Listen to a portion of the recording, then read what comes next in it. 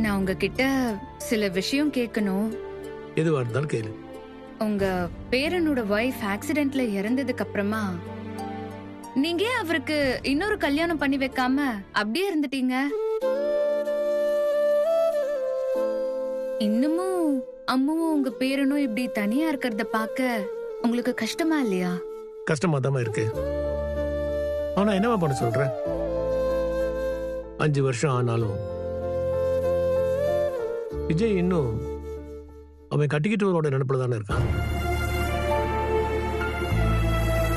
இப்ப கூட உனக்கு கல்யாணம் பண்ணி வைக்கலான்னு உங்க அம்மாட்ட வந்து பேசுனது கூட விஜய்க்கு தெரியாம தான் வந்து பேசணும். அவன் விஷயத்துல தெரிஞ்சோ தெரியாமலோ நான் நிறைய தவறான முடிவுகளை எடுத்துட்டேன். நான் எடுத்த முடிவுனால அவன் நிறையவே பாதிக்கப்பட்டிருக்கான்.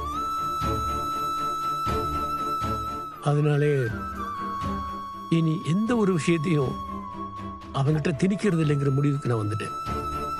அவனுக்கு எது விருப்பமோ, அவன் மனசுக்கு எது சரின்னு படுதோ அதுபடி அவன் நடந்துக்கிறானா அதுக்கு நான் முழு ஒத்துழைப்பு கொடுக்க தயாரா இருக்கிறேன்.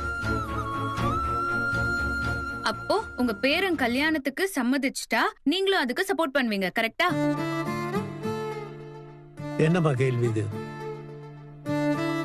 வாழ்க்கையில அவன் தொலைச்ச சந்தோஷமெல்லாம் திரும்ப அவனுக்கு கிடைச்சிடாதான்னு தான் இத்தனை வருஷமா நான் ஏங்கிட்டு இருக்கேன் காவேரி.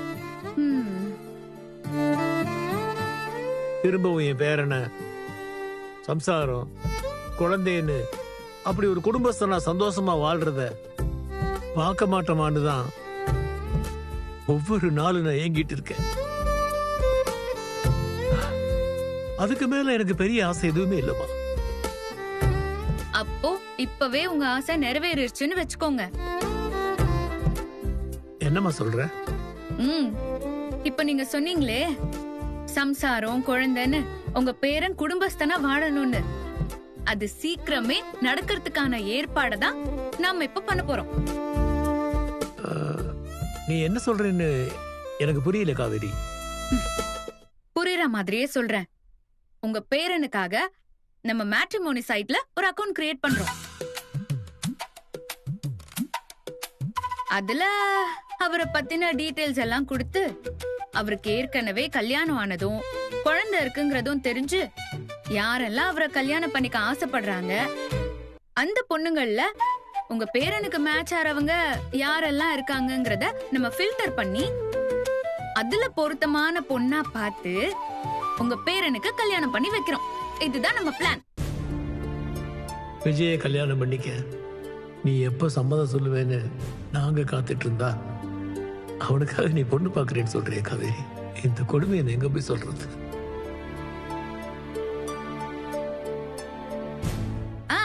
நீங்க என்ன யோசிக்கிறீங்கன்னு எனக்கு புரியுது. உங்க பேரன் இதுக்கு சம்மதிப்பாரான்னு தானே யோசிக்கிறீங்க? ஆமாமா. உங்க பேரன் கிட்ட நான் பேசினதை வச்சு சொல்றேன். முன்னாடி இருந்ததுக்கு அவர் மனசு இப்ப கொஞ்சம் மாறி இருக்கு. அவர் என்கிட்ட பேசினதை வச்சு பார்த்தா அவர் இப்போ கல்யாணம் பண்ணிக்க ரெடியா இருக்கிற மாதிரி தோணுது. அவன் கல்யாணம் பண்ணிக்கணும்னு நினைக்கிறது யாரோ ஒரு பொண்ணு இல்ல காவேரி. உன்ன உனக்கு அது எப்ப புரிய போகுதுன்னு தான் தெரியல. ஆனாலும் இப்போதைக்கு மேட்ரிமோனியில ரெஜிஸ்டர் பண்ற விஷயத்த உங்க பேரன் கிட்ட நீங்க சொல்ல வேண்டாம். முதல்ல அக்கவுண்ட் ஓபன் பண்ணி எத்தனை பொண்ணுங்க கிட்ட இருந்து ரெக்வெஸ்ட் வருதுன்னு பாப்போம். அந்த பொண்ணுங்க ப்ரொஃபைல் எல்லாம் பார்த்துட்டு அதுக்கப்புறம் நாம இத பத்தி அவர்கிட்ட பேசலாம். இருங்க, இப்பவே என் மொபைல்ல அவருக்கான ப்ரொஃபைலை நான் கிரியேட் பண்றேன்.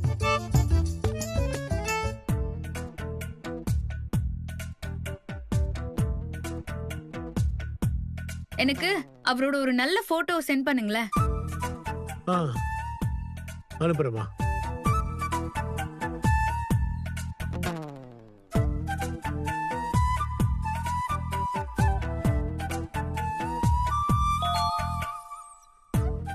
போட்டோ வந்துருச்சு. நான் கேக்குற டீடைல்ஸ் எல்லாம் சொல்லுங்க, நான் அப்படியே ஃபில் பண்ணிடுறேன். உங்க பேரனோட இனிஷியல்? எஸ் விஜய். அப்புறம் அவரோட ஒர்க்கிங் டீடைல்ஸ், வீட்டு அட்ரஸ் இதெல்லாம் சொல்லுங்க.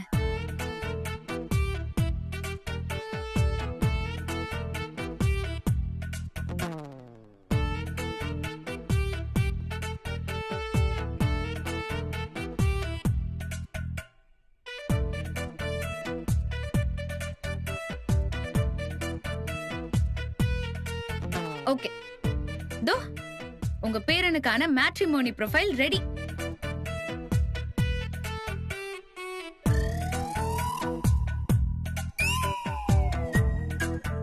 இத பார்த்துட்டு உங்க பேரனை கட்டிக்க எத்தனை பொண்ணுங்க லைன்ல வந்து நிக்கறாங்கன்னு பாருங்க.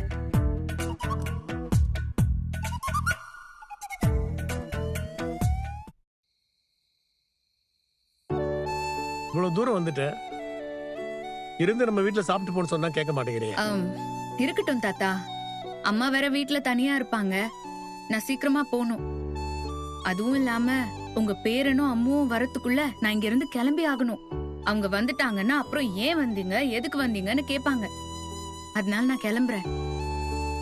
அவன் வந்தா என்னமா, ஏதாவது சொல்லி சமாளிச்சுக்கலாம்.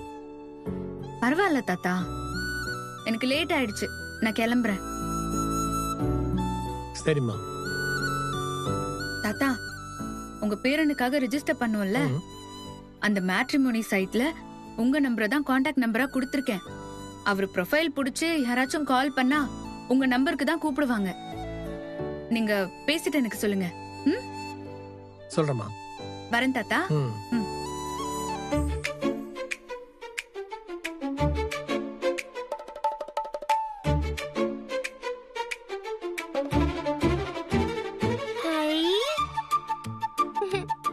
காவேரி மிஸ்,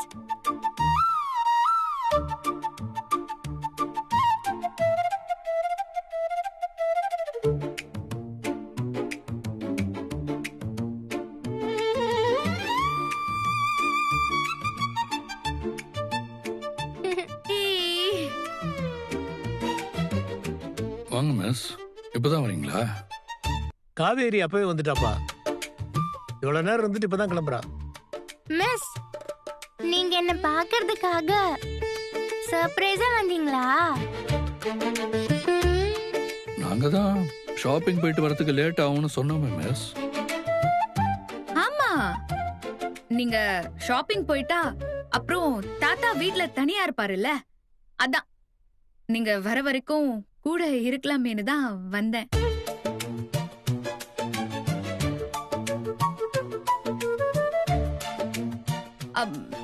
அம்மு, ஷாப்பிங் எல்லாம் முடிஞ்சதா? முடிஞ்சது மிஸ். Good girl. இன்னைக்கு கொடுத்த ஹோம்வொர்க்ஸ் எல்லாம் முடிச்சிட்டு நீ சீக்கிரமா தூங்கிடணும், சரியா? Okay miss. சரி, அப்போ நான் வரேன். மிஸ், இன்னைக்கு நீங்க எங்க வீட்டுக்கு சர்ப்ரைஸா வந்த மாதிரி நானும் உங்களுக்கு ஒரு சர்ப்ரைஸ் வச்சிருக்கேன்.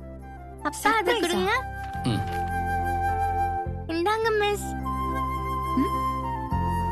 என்னது இது? வாங்கி பாருங்க.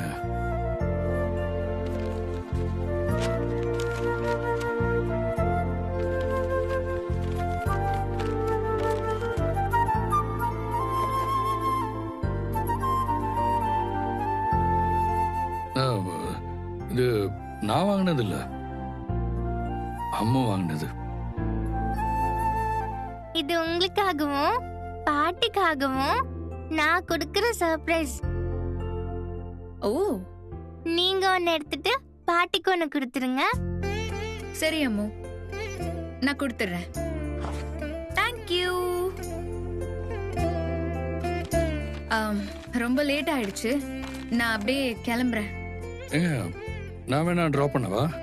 இல்ல பரவாயில்ல, நான் ஆட்டோலயே போய்க்கிறேன். சரிங்க. வரேன் அம்மு, வரேன் வரேன் தாத்தா. சரிம்மா. Bye bye bye miss.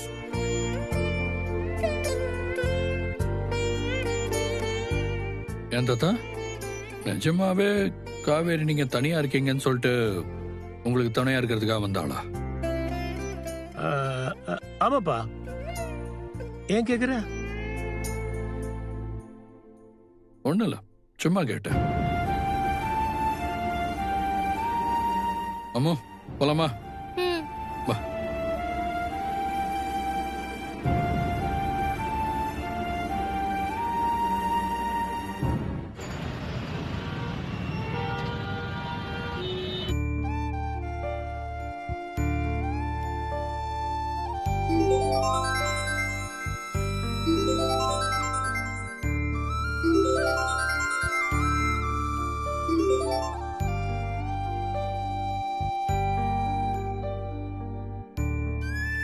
இப்பதான் உனக்கு ஃபோன் பண்றேன், அதுக்குள்ள நீயே வந்துட்ட.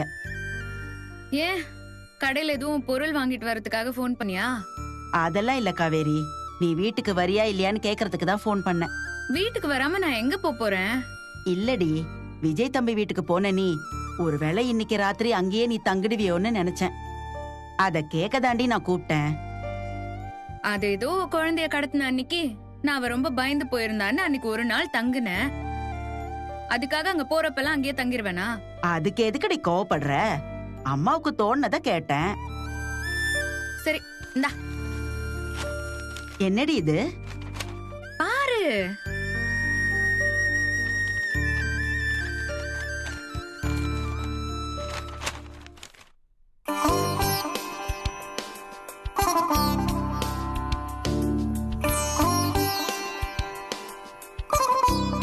என்னடி இது, புடவை எல்லாம் வாங்கிட்டு வந்திருக்க? இப்ப எதுவும் விசேஷ நாள் கூட இல்லையே. ஒருவேளை ஸ்கூல்ல ஏதாவது ஃபங்க்ஷனா? அதுக்கு உடுத்திட்டு போறதுக்கு தான் வாங்கிருக்கியா? இந்த புடவை எனக்கு மட்டும் இல்ல, இதுல இன்னொன்னு உனக்கும் இருக்கு. எனக்கா? ம். இதுக்கே ஆச்சரியப்பட்டா எப்படி? இத யார் வாங்கி கொடுத்தாங்கன்னு தெரிஞ்சா இன்னும் ஷாக் ஆயிடுவ. எனக்கு யாரடி வாங்கி கொடுக்க போறா? நீ தான் வாங்கிட்டு வந்திருப்ப. அதுதான் இல்ல, இது அம்மு வாங்கி கொடுத்தது. ஹ? அம்முவா? ம்.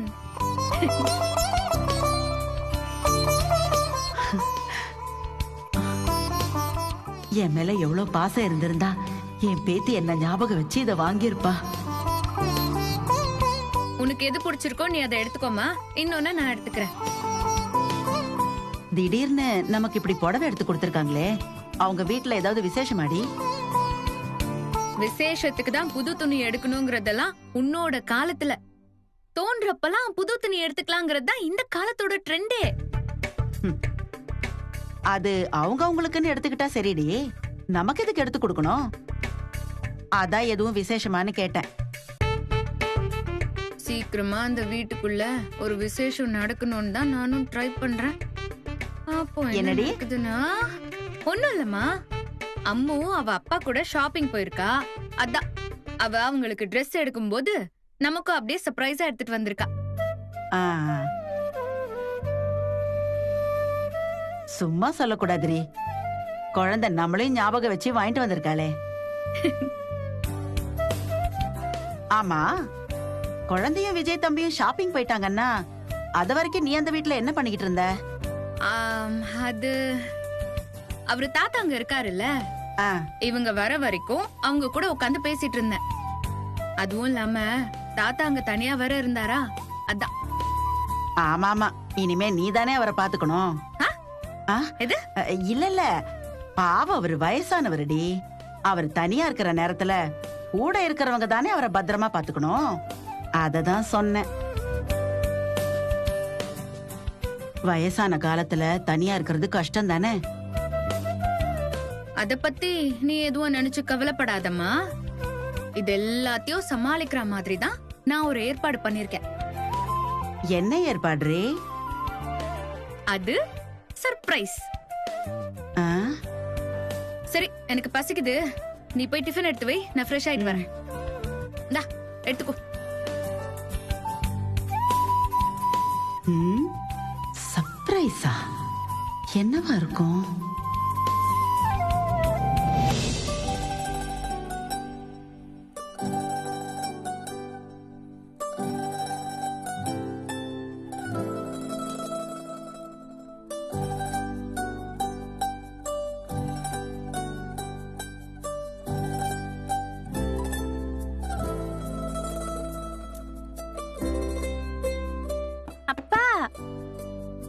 நீ கேட்டேன்னா அவ்வளவு நேரம் உனக்கு போனே கொடுத்தேன். சாப்பிடுற நேரத்துல ஒழுங்கா பிளேட்டை பார்த்து சாப்பிடுற. செல்வி ஆண்டி, எனக்கு சொல்லு கொஞ்சம் கண்ணு. சாம்பார் ஊத்துங்க. போதுமா?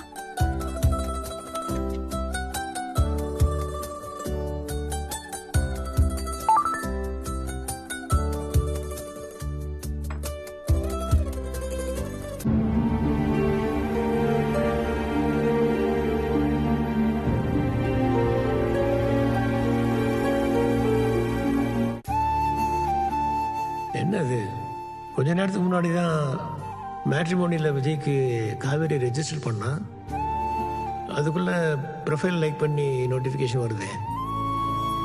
விஜய்கிட்ட வேற இதை பற்றி எதுவும் சொல்லலை. இப்போ குழந்தை வேற இருக்கா. இப்போ வேணாம், அப்புறமா சொல்லிக்கலாம். தாத்தா, சாப்பிடும்போது போன் பார்க்க கூடாதுன்னு அப்பா சொன்னார்ல, போனை கீழே வைங்க. Sorry madam.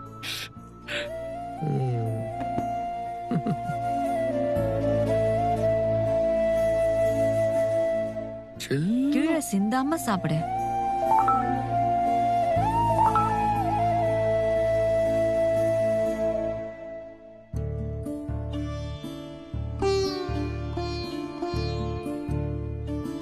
தாத்தா, என்ன இன்னைக்கு வழக்கத்துக்கு மாற உங்க போனுக்கு ஒரே மெசேஜா வந்துகிட்டே இருக்கு?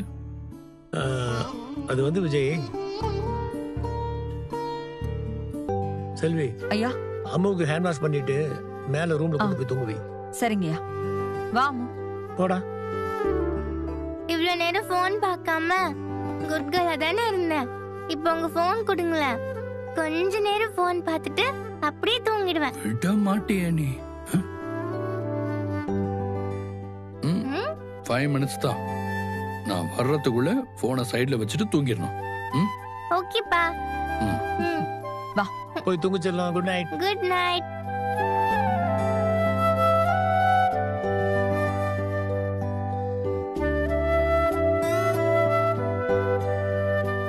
தாத்தா, என்னாச்சு? உங்ககிட்ட ஒரு விஷயம் சொல்லணும். சொல்லுங்க. ஏன் காவேரி இங்க வந்தா நீ கேட்டப்போ நீ ஷாப்பிங் போயிருக்க, தாத்தா தனியா இருப்பாரு, துணைக்கு தான் வந்தேன்னு சொன்னால. ஆமா. உண்மையிலேயே காவேரி வந்தது அதுக்காக இல்ல விஜய். அப்புறம் அவ வந்தது தோ உங்க பேரனுக்கான மேட்ரிமோனி ப்ரொஃபைல் ரெடி.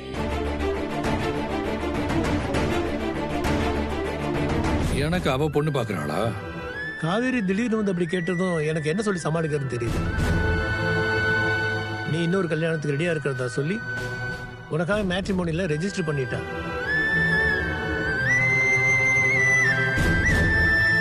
இங்க பாரு, மேட்ரிமோனில ரெஜிஸ்டர் பண்ணது.